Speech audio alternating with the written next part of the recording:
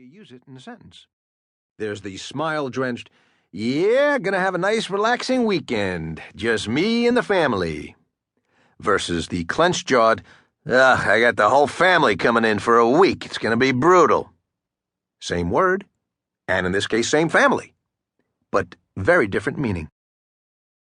We all hold on to some image of the family we want, based one way or another on the family we had. Lots of people are thrilled about the families they came from. Others couldn't get away fast enough. Most people fall into that vast middle ground. Great affection, mixed with a few ideas for improvement. A couple of things they wish could have perhaps been done differently. That's where starting your own new family comes in handy. You get to start from scratch and get it right. I don't know about you, but growing up, I kept an actual list. A lengthy, running tally called Things I'm Not So Crazy About in My Family. I kept it in my pocket and in the forefront of my brain at all times, for the express purpose of being better prepared when the time came to raise a family of my own. Years later, that time came, and I was ready. This, I said to myself with unwavering confidence, this will be the ideal family. How could it not? I mean, I know exactly how I want a family to be now.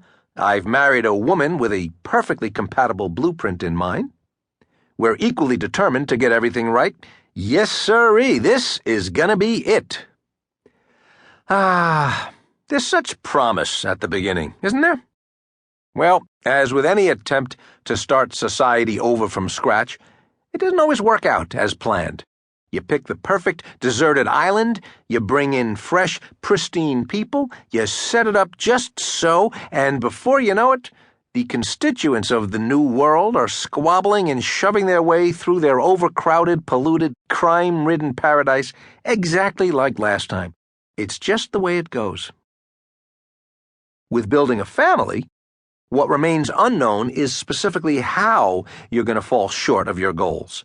In exactly what new ways you'll get it wrong. That's the mystery. That's the sport of the whole thing.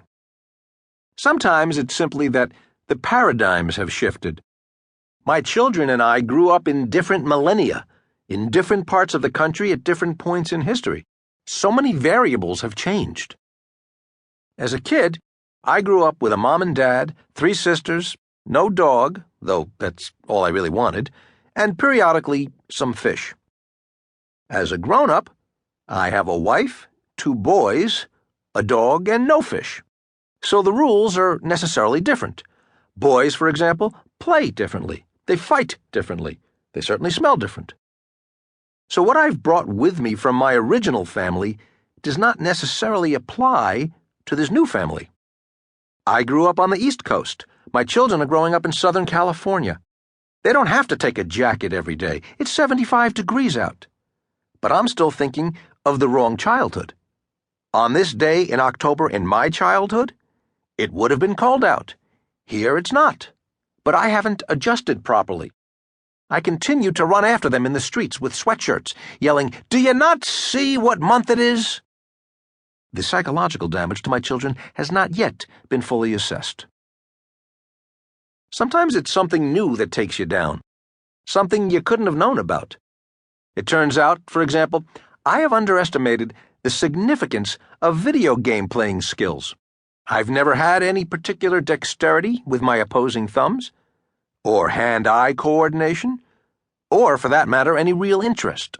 We didn't have these games when I was a kid, so I couldn't have anticipated that this particular shortcoming would lead to my own kids growing up nursing the pain of their father's glaring absence from this sphere of their lives. Who knew? But even the areas of concern I did see coming, the very things I sought to adjust from my own childhood, may end up corrected, but not necessarily any better. Example: growing up, if I wished for anything, it was perhaps that my dad, who worked nobly and tirelessly around the clock, would perhaps work a little less and hang around the house a little more. So I grew up determined to do it differently with my own family. As best as I've been able, I've endeavored to always put work second and make it